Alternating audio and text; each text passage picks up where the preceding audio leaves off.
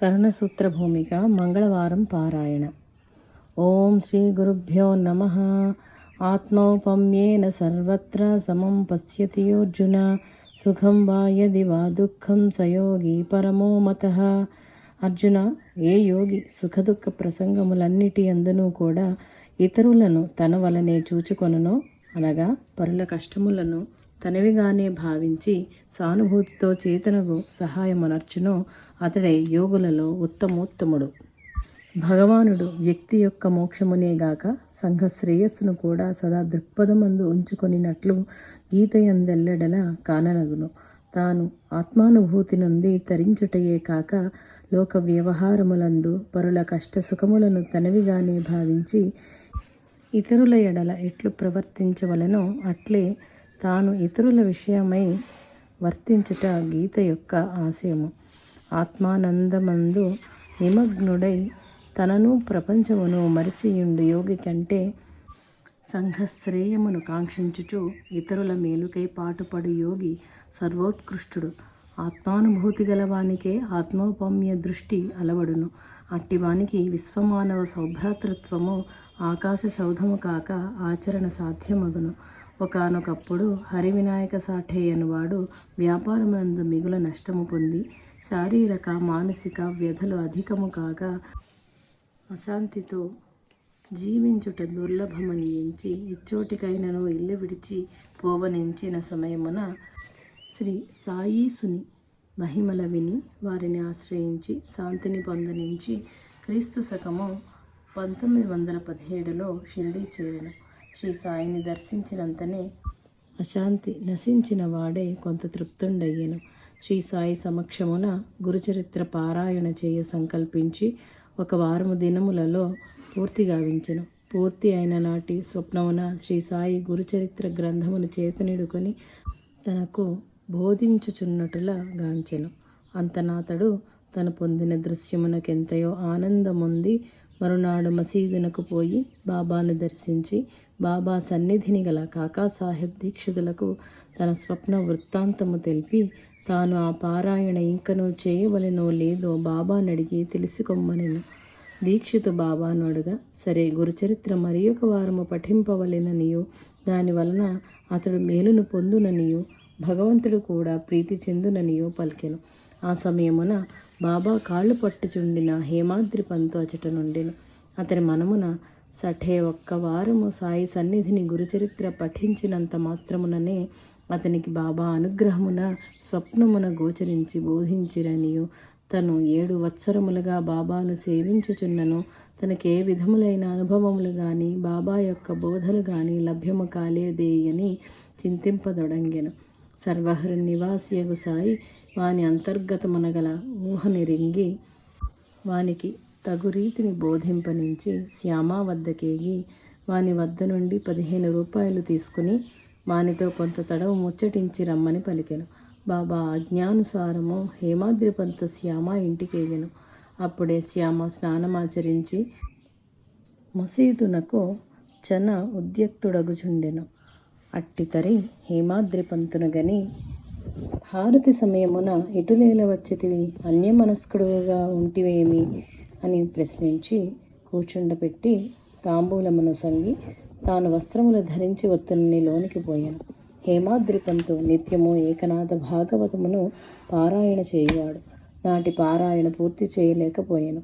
ఆ సమయమున అచ్చటగల నాథక భాగవతమును గాంచి దానిని పూర్తి చేయుటకే బాబా తనను పంపియుండునని యోచించి దానిని పఠించెను. శ్రీ సాయి నిత్యము మసీదునందు బాబూసాహెబ్ జోగ్ చేతను కాకాసాహెబ్ దీక్షితుని చేతను భగవద్గీత నాథ భాగవతమును భావార్థ రామాయణమును పఠింపచేయువాడు. భక్తులు తననేమైనా ప్రశ్నించినా ఆ పురాణమును వినుమని పలుకువాడు. వారలకు అచ్చట వారి ప్రశ్నలకు సమాధానము లభించెడిది. ఇంతలో శ్యామ వచ్చి హేమాద్రి పంతు రాకకు కారణమడిగెను. అంత బాబా తనను 15 రూపాయలు దక్షిణ అడిగి తెమ్మనెను. మరికొంతసేపు సంభాషించి రమ్మని పంపెను అనెను. అంత శ్యామ తన వద్ద పైకము లేదనియో పైకము బదులు 15 సాష్టాంగ నమస్కారములు చెల్లించుచున్నానని పలికి అటుపైన సంభాషణకు మొదలిడెను. భగవంతుని లీలలు మానవులు గ్రహించుట కష్టము, బహు దుర్లభము. ఏరిపై భగవంతుని కటాక్షముండునో వారలు దానిని తెలుసుకొనగలరు. ఆ కటాక్షమెటుల లభ్యమగుననిన పరిపూర్ణ విశ్వాసముతో తాను ఆశ్రయించిన వాడు తన్ను తప్పక ఉద్ధరించునని, అందుకు సందేహము లేదని మనస్సునందు దృఢముగా విశ్వసించవలెను. ఎట్టి పరిస్థితి యందు సంశయము ఉండరాదు. వారలు తమ్మాశ్రయించిన జీవులకు ఎప్పుడు ఎక్కడ ఏరి ద్వారా ఏమి బోధింపవలెనో వారు అప్పుడు అక్కడ వారి ద్వారా దానిని తెలుపుట చేయుదురు. వారి బోధనా పద్ధతులు కూడా ఒక రీతిని అనుసరించి ఉండవు. అనేక విధముల బోధింతురు. నిన్ను నా దరికి పంపుటకు కూడా ఏదియో కారణము ఉండి ఉండవనోపును.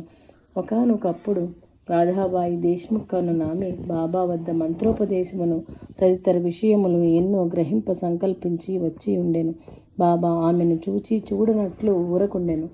అట్టితరి ఆమె ఉపవాస దీక్ష పూని కృశింపదొడంగినది. బాబా ఆమెకు ఇట్టి ఉపవాసములతో ఏల శుష్కించదవు, శరీరమును ఏల హింసించి శుష్కింపచేతువు, ఓరిమితో నమ్మకముతో సేవించిన వారికి తప్పక ఫలితము లభించునని చక్కని రీతిని బోధించిరి.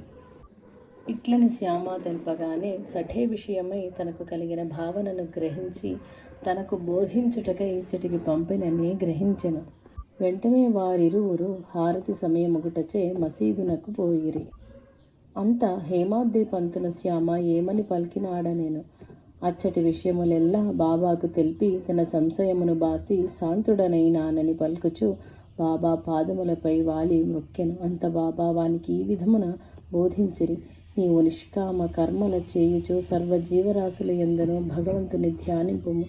ధ్యానము వలన యోచనలన్నిటినీ దూరము చేసి అంతర్ముఖుడవై బ్రహ్మమును ధ్యానింపుము. అభ్యాసముచే అనుభవ జ్ఞానము లభించును. గురువు శిష్యునికి దృష్టి మాత్రమున సంకల్ప మాత్రముననే జ్ఞానబోధన నరించును. ఇట్లు తెల్పగానే హేమాద్రి పంతు పరవశత నుండి మహానంద భరితుడాయను. ఇంతలో హారతి సమాప్తి కాగా బాబాకు కలకండ నైవేద్యమిడిరి. దానిని వెంటనే హేమాద్రి పంతున కొసగి, ఈ కలకండ వలనే నీ స్థితి ఎల్లప్పుడూ తీయగా సుఖముగా నుండునని దీవించెను. ఆత్మారాముని భార్య వంకాయ వేపుడు కూర, వంకాయ పెరుగు పచ్చడి, కోవా బాబాకు నైవేద్యమిడ సంకల్పించెను. భక్తుల సంకల్పములను భగవానుడు ఏ విధముగా నెరవేర్చునో గమనింతము. ఒకనాడు బాంద్రా నివాసియగు రఘువీర భాస్కర పురందరుడు అతని భార్యతో బాబాను దర్శించుటకై షిరిడీ పోవుచుండెను. అంత ఆత్మారాముని భార్య 2 పెద్ద వంకాయలను పురందరుని భార్య కొసగి వాటిని వేపుడు పెరుగు పచ్చడి చేసి బాబాకు నివేదనమిడి తినిపింపుమని కోరెను. అంత ఆమె షిరిడీ చేరిన వెంటనే వంకాయ పెరుగు పచ్చడి చేసి బాబా భోజన సమయమునకు తీసుకొని పోయాను. బాబా దానిని ఎంతో ప్రీతితో తినుచు చాలా రుచిగా గలదని ఎల్లరికూ కూడా పంచి తనకు వంకాయ వేపుడు కూడా కావాలనని కోరెను. వంకాయల కాలము కాదు కదా, ఇట్టితరి వంకాయలు ఎవరు తెచ్చిరని యోచింప పురందరుని భార్య వలన ఆత్మారాముని భార్య సంకల్పమును వారెల్లరూ విని బాబా వేపుడు కూరను కూడా కోరుటలో వాత్సల్యము నెరింగి మిగుల ఆశ్చర్య ఆనందమగ్నులైరి. వేపుడు కూర కూడా చేసి బాబాకు నైవేద్యమిడిరి.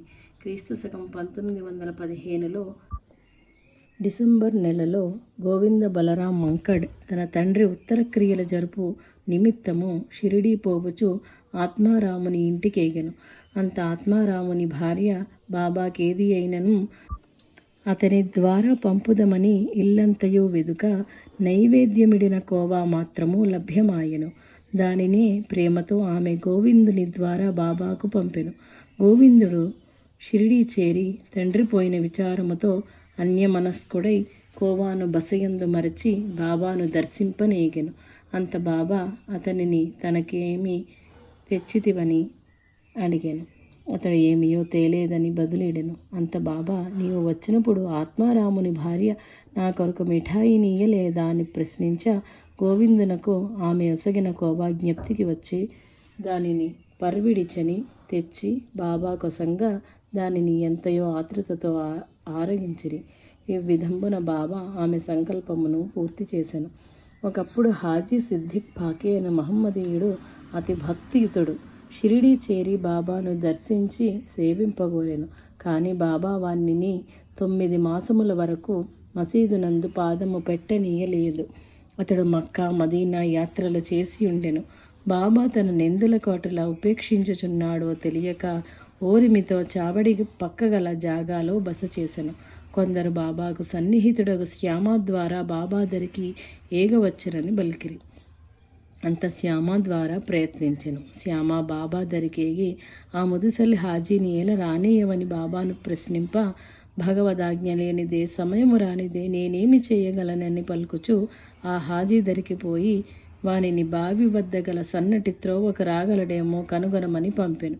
అంత శ్యామ వాని దరికేగి తిరిగి వచ్చి రాగలనని బదులు పలికెనన అటులైన 40,000 రూపాయలు 4 వాయిదాలలో ఇవ్వగలడేమో కనుగొనమనెను. అంత శ్యామ వాని దరి నుండి వచ్చి అతను 4 లక్షలు కూడా ఇచ్చుటకు సిద్ధముగా ఉన్నాడనెను.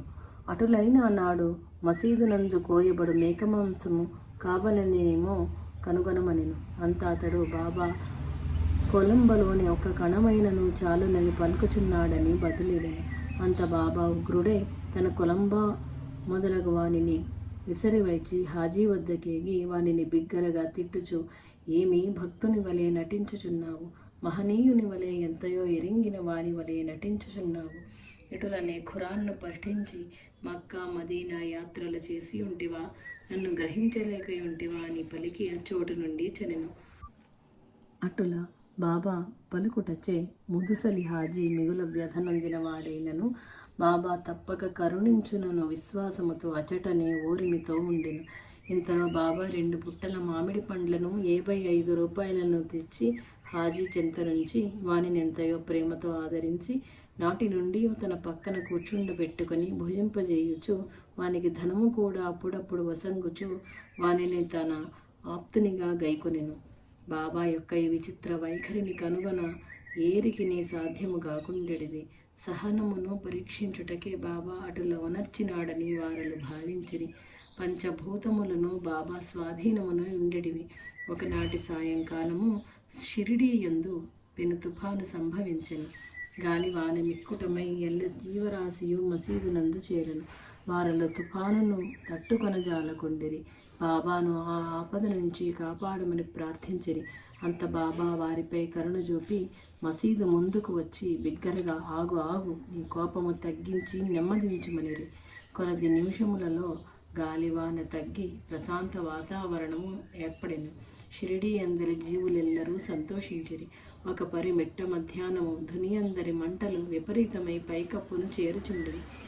బాబా దరిని కూర్చున్న వారలు మిగుల ఆతృత చెందిరి. ధునియందు నీళ్లు పోసిన బాబా కోపగించునని ఏమీయూ తోచక భయభ్రాంత మనస్కులై ఉండిరి. అది గ్రహించిన బాబా తన దండమును తీసి ధుని పక్కన కొట్టుచు, దిగు దిగు, శాంతించమనెను. వెంటనే ఆ మంటలు శాంతించి ధుని మామూలు రీతిగా నయ్యెను. ఇట్టి ఈ సాయిలీలలు ఎన్ని విన్ననూ తనివి తీరదు. శాస్త్రములన్నింటి యందునూ తెలిపిన దానములలోకెల్లా అన్నదానము గొప్పదని చెప్పబడి ఉన్నది. మరి ఏతర దానములైనను చేయుతరి దానము పొంది వాని యోగ్యత పరిశీలించవలెను. కానీ అన్నదానమునకు అట్టి నియమములు లేవు. ఎట్టి వానికైనను ఎట్టి పరిస్థితులలోనైనను ఆకలిగొన్న వానికి అన్నదానము చేయవచ్చును. అన్నము పరబ్రహ్మస్వరూపము. అన్నమనగా భోజనము. అది అవసరము లేని జీవి పృథ్వీ యందు లేదు. కావున అన్నదానము చాలా ప్రశస్తమైనది. బాబా తాను భిక్షాటనచే జీవించుచున్నప్పటికీ తరచూ బీదలకు అన్నదానము చేయుచుండెడివాడు. బాబా వద్ద 50 మందికి 100 మందికి సరిపడు వంట పాత్రలు ఉండెడివి. తానే స్వయముగా వండి ఎల్లరకు పెట్టుచుండువాడు. పులావును ఒక్కొక్కప్పుడు చక్కెర పొంగలిని, వేరొకప్పుడు మసాలాతో కూడిన గోధుమ ఉండలు చేసి ఎల్లరికీ పెట్టువాడు. వండుటకు వలె గోధుమలు మొదలైన సామాగ్రి తానే కొని తెచ్చి వాటిని విసరి ఎల్ల ప్రయత్నములో స్వయముగా తానే చేసుకొనిడివాడు. మంటపై ఉడుకుచున్న వంట పాత్రలో ఉన్నది ఉడికినదో లేదో గాంచుటకు చేతిని పెట్టియే చూచివాడు. ఏ తెడ్డును ఉపయోగించేడివాడు కాదు. అట్లు చేసినను ఎట్టు బాధ గాని కాలుట గాని ఉండేది కాదు. తాను వండినది ప్రీతితో తినగోరు వారికే పెట్టువాడు. తినుటకిష్టము లేని వారికి ఇడివాడు కాదు. నిర్బంధించుట గాని తినమని తెలుపుట గాని చేసేడివాడు కాదు. కానీ వేరొకప్పుడు తన భక్తులను పరీక్షించుచుండువాడు. వండిన దానిని మొదట నైవేద్యమిడి అందుండి కొంత మహల్సాపతికి తాత్యాకు ప్రసాదముగా పెట్టిన వెనుక బీదలకు, రోగులకు, వికలాంగులకు, దిక్కులేని వారికి ఎల్లరికి పంచువాడు. ఒకనాడు దాదా కేల్కారును పరీక్షింపనించి అంగడి నుండి మాంసమును కొని తెమ్మని పైకమునిచ్చెను. దాదా కేల్కారు శ్రోత్రియ బ్రాహ్మణుడు, సదాచార సంపన్నుడు అయినను బాబా వాక్కు వేదవాక్కుగా భావించువాడు. వాడు వెంటనే అంగడికి పోవ సిద్ధపడెను. అంత బాబా వానిని వారించి నౌకరకు పాండుని పొమ్మనెను. పెదప వానిని కూడా వద్దని మాంసమును నిరసించెను, మాంసాహారమును నిరసించెను. మరి ఒకనాడు దాదా కేల్కారుని వంట పాత్రలోని వంటకము ఉడికినదో లేదో చూడమనెను. అంత దాదా చూడకయే ఉడికినదని బదులెడెను. అంత బాబా త్వరితగతిని వారిని వంట పాత్ర ధరికి పోయి అతని చేతిని ఉడుకుచున్న పదార్థమునందు పెట్టి తిరిగి తీసివేచి తెడ్డును తెచ్చి ఉడికినదో లేదో చూడమని తెలిపెను.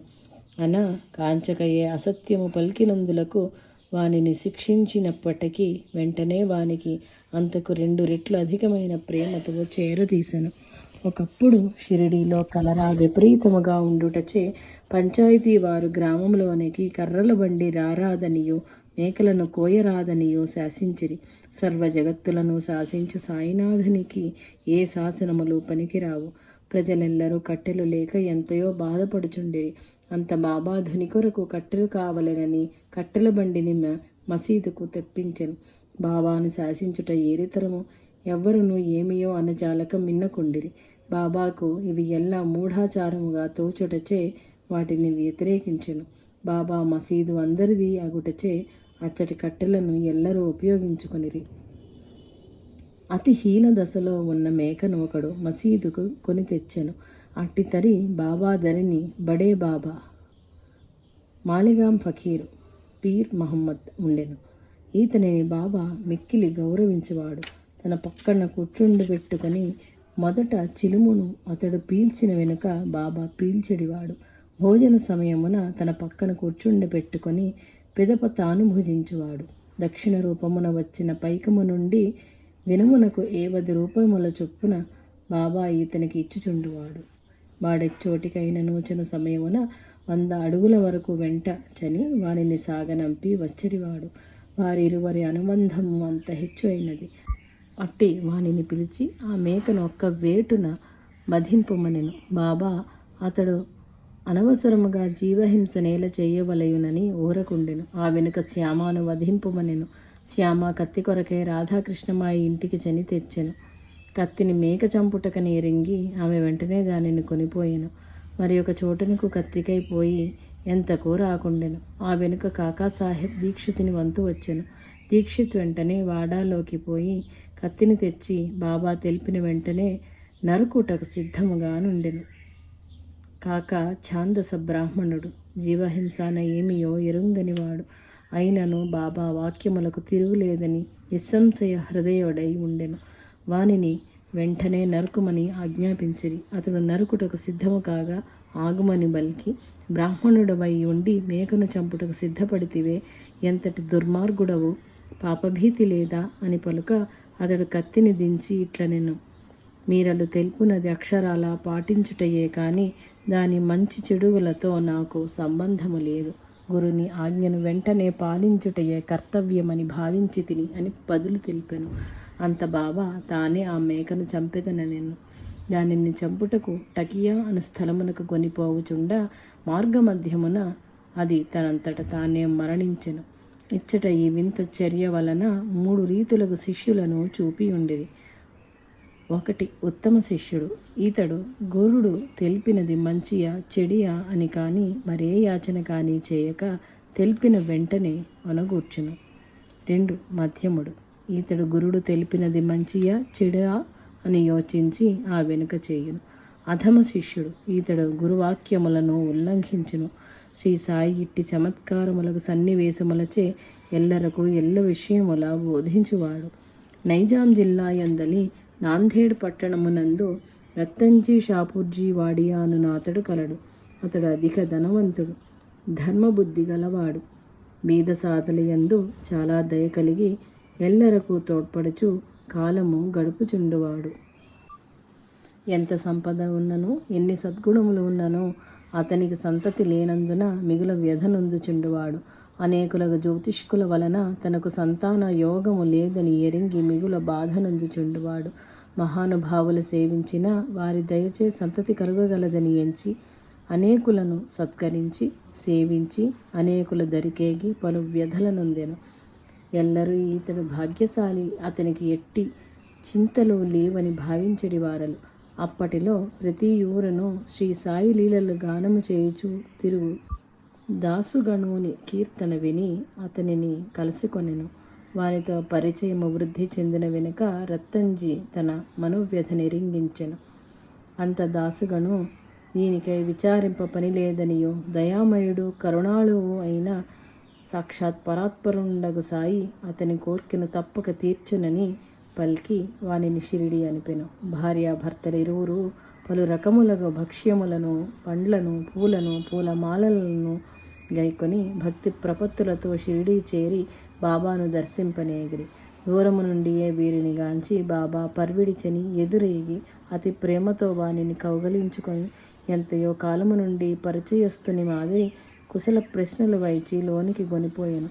అట్టి అనుభూతిని పొందిన రత్తంజీ మిగుల ఆనందముతో తనువు మరిచి బాబా పాదములపై పడి నమస్కరించెను.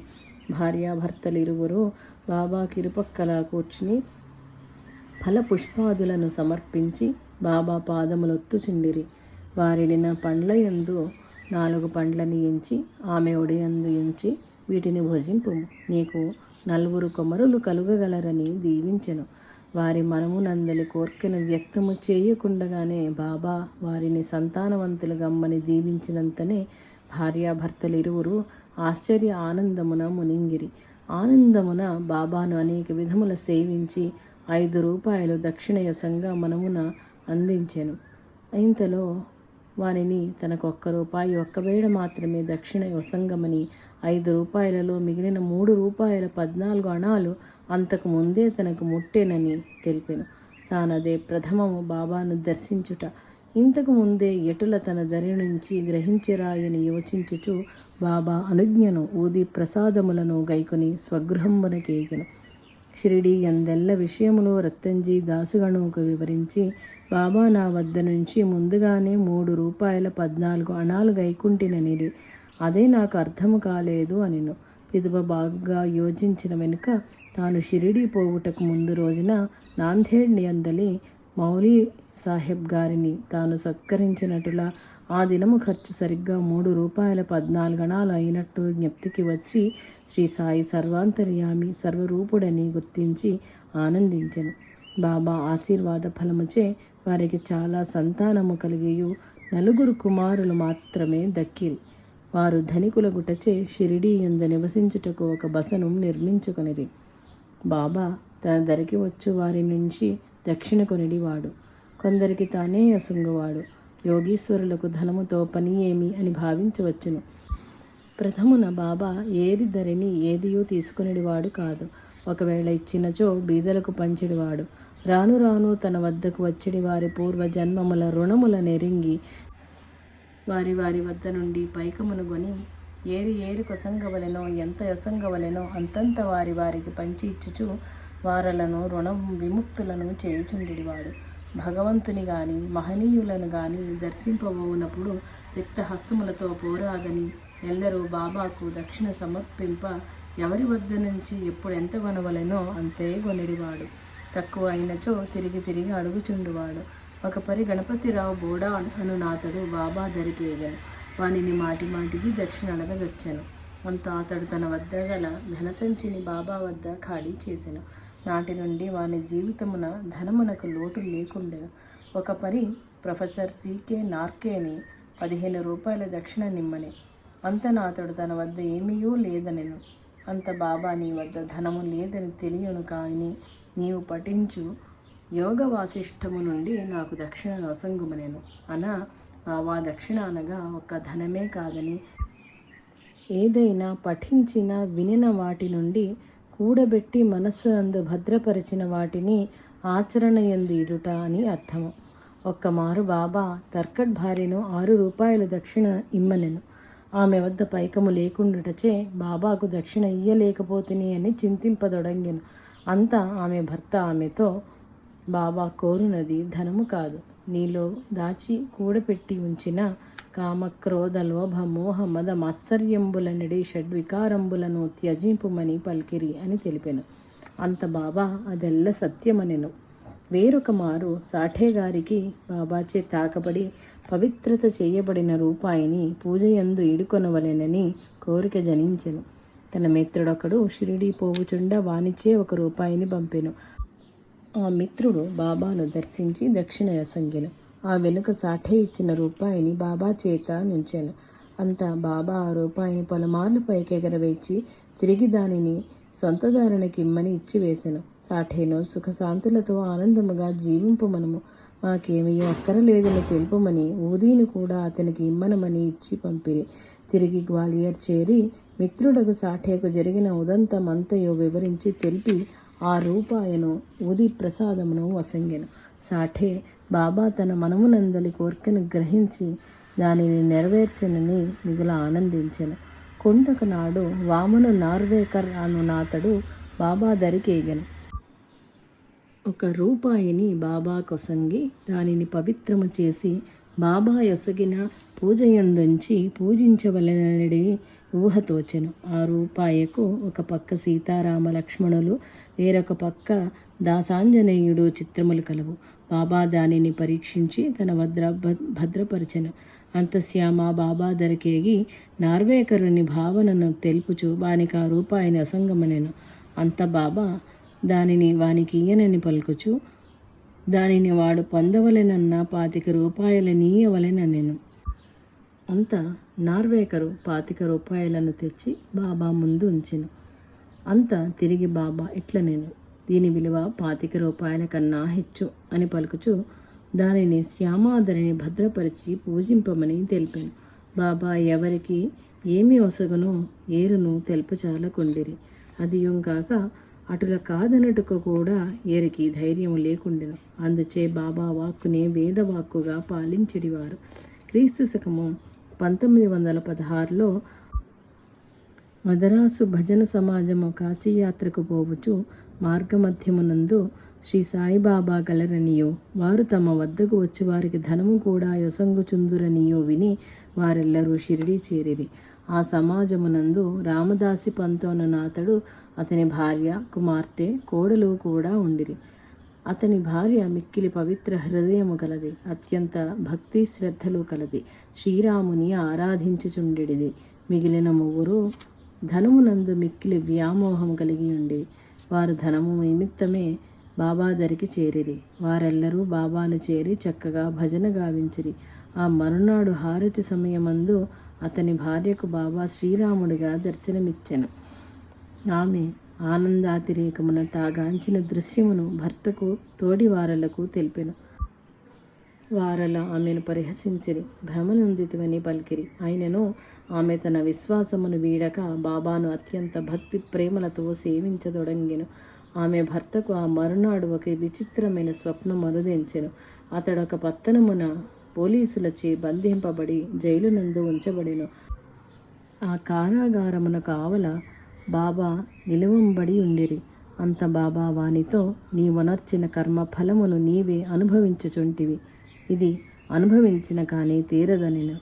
అంత అతడు ఈ జన్మమున అటుల బంధింపబడుటకు తానేమీ చేయలేదే అని పల్క, బాబా గత జన్మ ఫలమును అనుభవించుచుంటివనెను.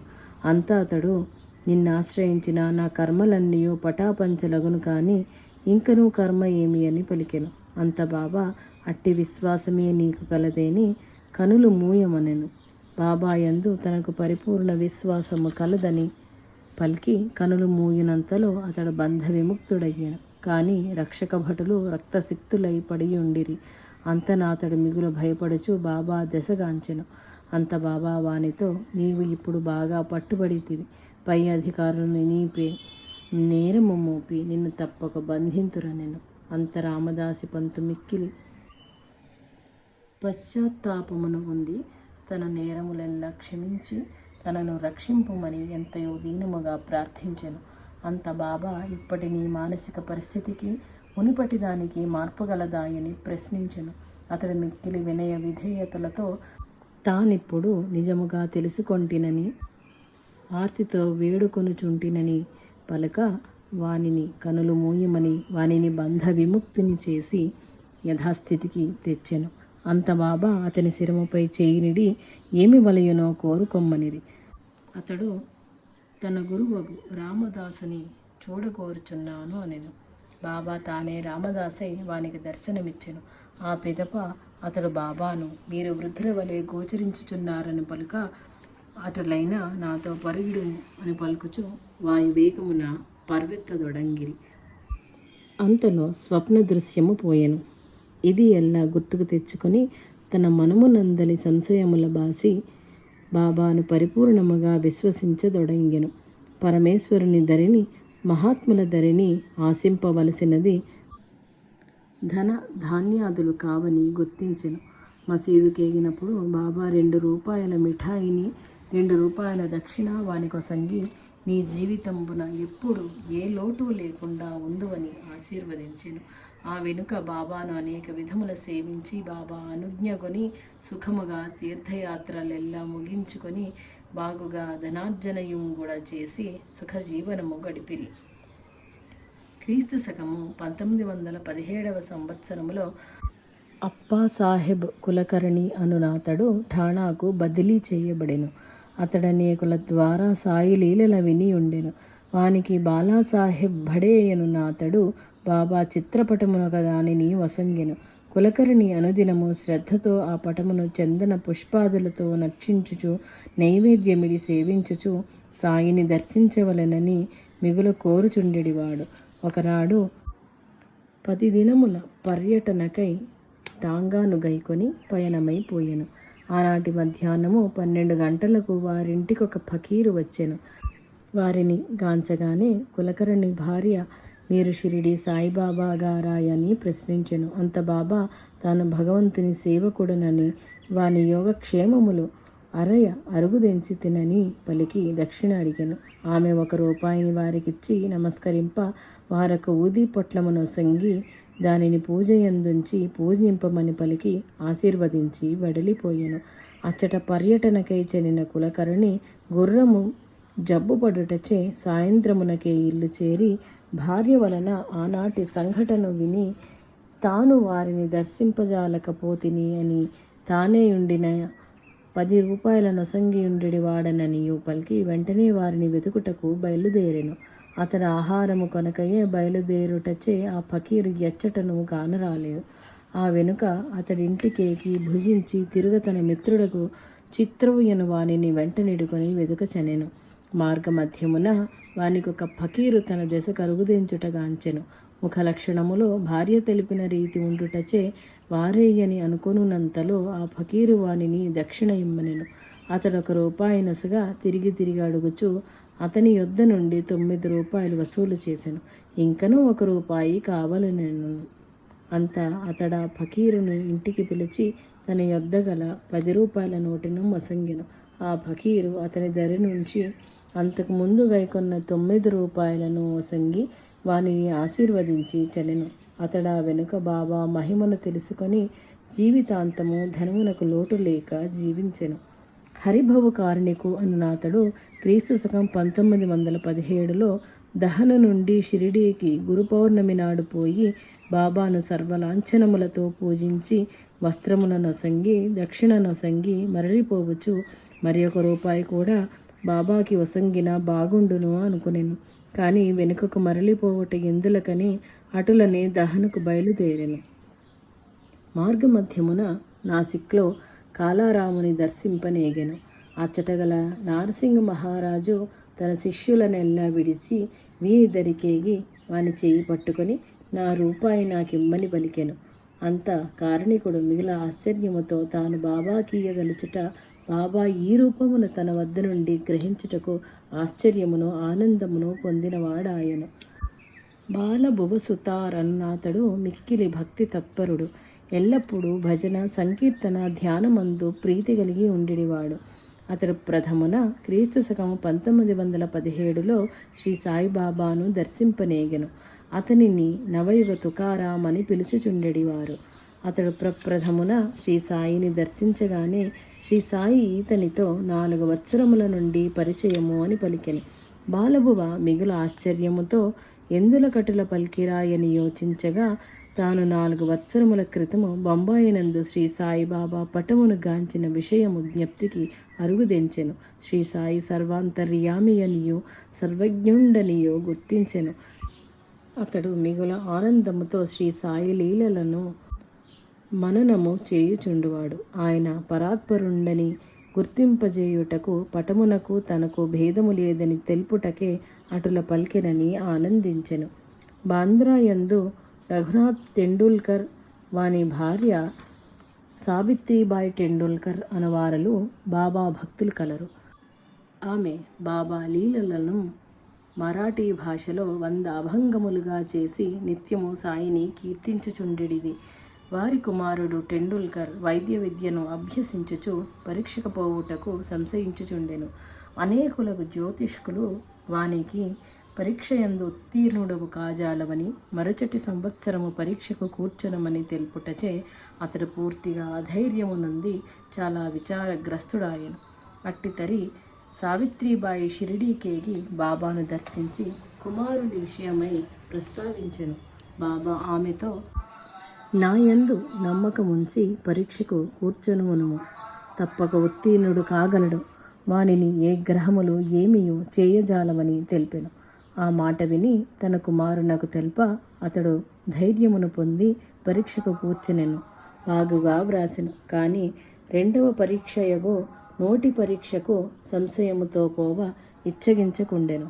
అంత ఉపాధ్యాయులు అతని వెంబడి మొదట పరీక్ష యందు ఉత్తీర్ణుడవైతివని 2వ పరీక్షకు తప్పక రాయవలెనని తప్పక ఉత్తీర్ణుడువు కాగలవనియో కబురు పంపిరి. అతడటులని ఆ పరీక్ష కూడా పూర్తి చేసి మొత్తము పరీక్ష యందు ఉత్తీర్ణుడాయను. బాబా తన భక్తులను అనేక రీతులు కాపాడుచుండెడివాడు. రఘునాథ్ టెండూల్కర్నకు ఉద్యోగ కాలము పూర్తి ఆయను. వారి ఆర్థిక పరిస్థితి హీనముగా ఉండెను. నౌకరీ యందు ఉన్నప్పుడే 150 రూపాయలతో సంసారము గడుచుట కష్టముగా ఉండ ఆ వెనుక 75 రూపాయలతో జీవించుట ఎటులాయని మిక్కిలి బాధనుందుచుండెను. అట్టితరి స్వప్నమును సావిత్రిబాయికి గోచరించి వేతనము 100 రూపాయలు ఇచ్చినా చాలునా అని ప్రశ్నించెను. ఆ వెనుక కంపెనీ యజమాని అతడు చేసిన కాలములో విశ్వాసపాత్రుడిగా పనిని చక్కగా నిర్వర్తించియుండెగాన వేతనము 110 రూపాయలకు ఇయ్యబడురని ప్రకటించిరి. అది విని బాబాయే తమను అటుల కాపాడిరని ఎరింగి ఎంతయో భక్తి ప్రేమలతో బాబాను సేవించుచూ జీవించిరి. గోఖలే గారి భార్య షిరిడీచని బాబా వద్ద 3 దినములు ఉపవాసము చేయ సంకల్పించి షిరిడీ చేరెను. శ్రీ సాయి ఉపవాసముల నిరసించువాడు. ఎవరైతే ఉపవాసము చేయుదురో వారి మనస్సంతయు భోజనము పైననే ఉండును గాని భగవంతుని యందు కానీ తదితరముల యందు కానీ నిలవదని, అట్టి ఉపవాసము వలన ప్రయోజనము లేదని పలికి ఏరిని చెయ్యనిచ్చడివాడు కాదు.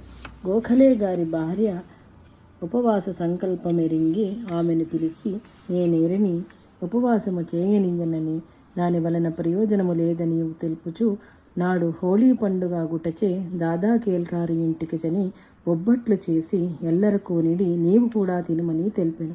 బాబా తెలిపినట్టుల చేయుట కర్తవ్యమని ఆమె దాదా కేల్కారు గృహమునకి ఏగెను.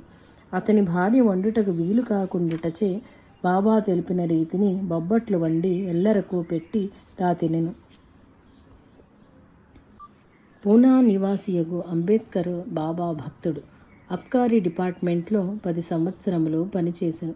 పిదప ఠాణా జిల్లాలోనూ జవహర్ స్టేట్లోనూ పనిచేసి తుదకు అన్నిటి నుండి విరమించి జీవనోపాధి లేక అనేక ఇడుములు పడుచు ప్రతి సంవత్సరము షిరిడీ పోయి బాబాని దర్శించువాడు. అతడు ఆ దారిద్ర్యమును బాధలు సహించలేక ప్రాణత్యాగము చేసుకొనదలచి షిరిడీ చేరి దీక్షిత్వాడాకు ముందున్న ఎడ్ల బండిపై కూర్చుని అర్ధరాత్రమున సమీపమున గల బావియందు దుముకుటకు నిర్ణయించుకొని ఉండెను. అట్టితరి సమీపమున గల హోటల్ యజమాని సగుణమేరు నాయక్ అనునాతడు అతనిని పిలిచి అక్కల్ కోట్కర్ మహారాజ్ గారి జీవిత చరిత్ర పఠించమని యొసంగెను. అంబేద్కర్ దానిని తెరిచినంతనే అక్కల్కోటకర్ మహారాజ్ వారు తమ జీవితమందు అనేక భక్తులు శారీరక మానసిక వ్యధలచే కుంగి కృషించి సహించలేక బావియందు పడి ప్రాణములు త్యజించనున్న వారిని కాపాడిన ఘట్టము వచ్చెను. దానిని చదివినంతనే శ్రీ సాయియే తన ఉద్దేశ్యమునెరింగి తనను ఉద్ధరించుటకే ఇటుల వనర్చరని ఎరింగి మరణించి సాధించున్నది ఏమీ లేదని మనమున నిశ్చయించుకొని ఆలోచనను మాని జీవితమంతయు శ్రీ సాయిని సేవించుచు సుఖశాంతులతో గడిపెను. ఒకనాడు బాబా మసీదు నందు కూర్చుని ఉండిరి. భక్తులెల్లరూ పరివేష్టించి ఉండిరి. అట్టితని ఒక బల్లి గోడపై టిక్ టిక్ అని శబ్దము చేయుచుండెను. అదిగాంచి ఒక భక్తుడు ఆ బల్లి ఏమి పలుకుచున్నదని ప్రశ్నించెను. ఔరంగాబాద్ నుంచి తన జోడి రానున్నదని అది సంతసించుచున్నదని బాబా తెలిపాను. ఎల్లరూ వింతగా వినిచుండిరి. అది ఎటుల సాధ్యమాయని దానిని పరిశీలించుచుండిరి. ఇంతలో ఔరంగాబాద్ నుంచి ఒకడు బాబాను దర్శించుటకు గుర్రము పైన వచ్చెను. ఆ గుర్రమునకు దాణా లేకుండుటచే దాణా సంచిని అచ్చట దులిపి దాణా తెచ్చుటకు అంగడికి పోయాను. అంతా ఆ సంచి నుంచి ఒక బల్లి కింద పడి వెంటనే గోడపైకి పోయి అచ్చట గల బల్లితో కలిసి గుండ్రముగా తిరుగుచూ ఎంతయో ఉత్సాహముతో ఆడినది. గాంచువారెల్లరూ బాబా సర్వాంతర్యామిత్వమునకు ఎంతయో ముగ్ధులై ఆనందించిరి. ఒక పరి నానాసాహెబ్ చందోర్కర్నకు ఉద్యోగరీత్యా పండరీపురమునకు బదిలీ అయ్యాను. అతడు మిగుల ఆనందముతో బాబాను దర్శించి వారికి ఆ విషయము తెలిపి తన విఠలుడగు బాబాను పండరీపురము రమ్మని ప్రార్థింప కుటుంబముతో సహా షిరిడీ చేరెను. వీరలు షిరిడీ చేరేసరికి బాబా మహల్సాపతి అప్పాషిండే కాశీరాములతో సహా కూర్చుని నేను పండరి పోవలెను, అది నా దైవ భవనము, అందు నివసించవలెను అను భావనతో కూడిన కీర్తనను పాడుచుండిరి. అది నానాగాంచి బాబా తాను తెలుపకయే తన మనోభావనను వ్యక్తము చేసనని పలికి బాబాను పలు విధముల సేవించి పండరీపురము చేరెను. ఒక పరి నానా పర్యటనార్థము హరిశ్చంద్రగుట్ట అనే చోటికి ఏగెను. అది అంతయు అడవి ప్రదేశము. కొండలు గుట్టలతో నిండిన దట్టమైన అడవి యందు మిట్ట మధ్యాహ్నము సమయమున ఒంటరిగా తిరుగుచు మిగులు దప్పిక కొని నలుపక్కలాగాంచి ఎచ్చోటను నీటి జాడ కానక తిరిగి తిరిగి అలసి తప్పికను సహించలేక ప్రాణాపాయ పరిస్థితి నుండి తన ప్రభువకు శ్రీ సాయినాథుని అన్యథా శరణం నాస్తి అను భావనతో దీనాతి దీనముగా పిలుచుచు విలపించుచు నేల కొరిగెను. ఇంతలో ఒక భిల్లుడు వచ్చి నానాను తట్టి లేపి అతనికి సమీపముననే గల నీటి ప్రవాహమును చూపి దప్పికను తీర్చుకొనమని పలికెను. నానా తానెంత తడవు వెతికినను కనిపింపని జలము సమీపమందే ఉండుటకు అబ్బురపడుచు పోయి నీరు త్రావి తప్పిక తీర్చుకొని వెనుతిరిగి గాంచ భిల్లుడు అదృశ్యుండయ్యే. అంతా నానా సాయియే తన మొర ఆలకించి తనను రక్షించ భిల్లు రూపమున అరుదించెనని తాను గుర్తింపలేకపోయి తినని మిగుల వగచెను. అచ్చట నుండి షిరిడీ చేరెను. షిరిడీలో బాబా మహల్సాపతి తాత్యా మొదలగు వారితో కూర్చొనియుండ ఉన్నటు నుండి బాబా దాహము ప్రాణములు పోవుచున్నవని కన్నుల నీరు కాచుచు కొంత దూరము పరువెత్తెను. ఇంతలో మహల్సాపతి నీటిని కొని బాబాకై పరుగులిడ కొద్దిసేపటికి తిరిగి తన స్థలమున కూర్చొని నానా నానా అని కేకలిడెను. ఇవి ఎల్లగాంచిన వారలో ఏమియో ఎరుంగలేక సతమతమగుచుండిరి. ఇంతలో నానా షిరిడీ చేరి నాడు తాను అనుభవించిన వేదన తెల్ప అదే సమయమున షిరిడీ యందు బాబా నానాను పిలిచి పడిన వేదనను వారలు తెలిపిరి. అంతా వారెల్లరూ కరుణామయుడగు బాబా తన ఆశ్రితుల భక్తులను ఎల్లవేళలా కంటికి రెప్పవలే కాపాడుచుండురని బాబాను తన్మయులై కీర్తించి సేవించిరి. సమభావనతో విశ్వసోదర భావముతో సకల చరాచరములను గాంచి వాటి సుఖ దుఃఖములను తాను పంచుకొనుచు చేయదగు సాయమనర్చుట కరుణ. కరుణ సర్వమానవులను స్వాధీనమనర్చును. ఏతత్సర్వం శ్రీ సాయినాథార్పణమస్తు.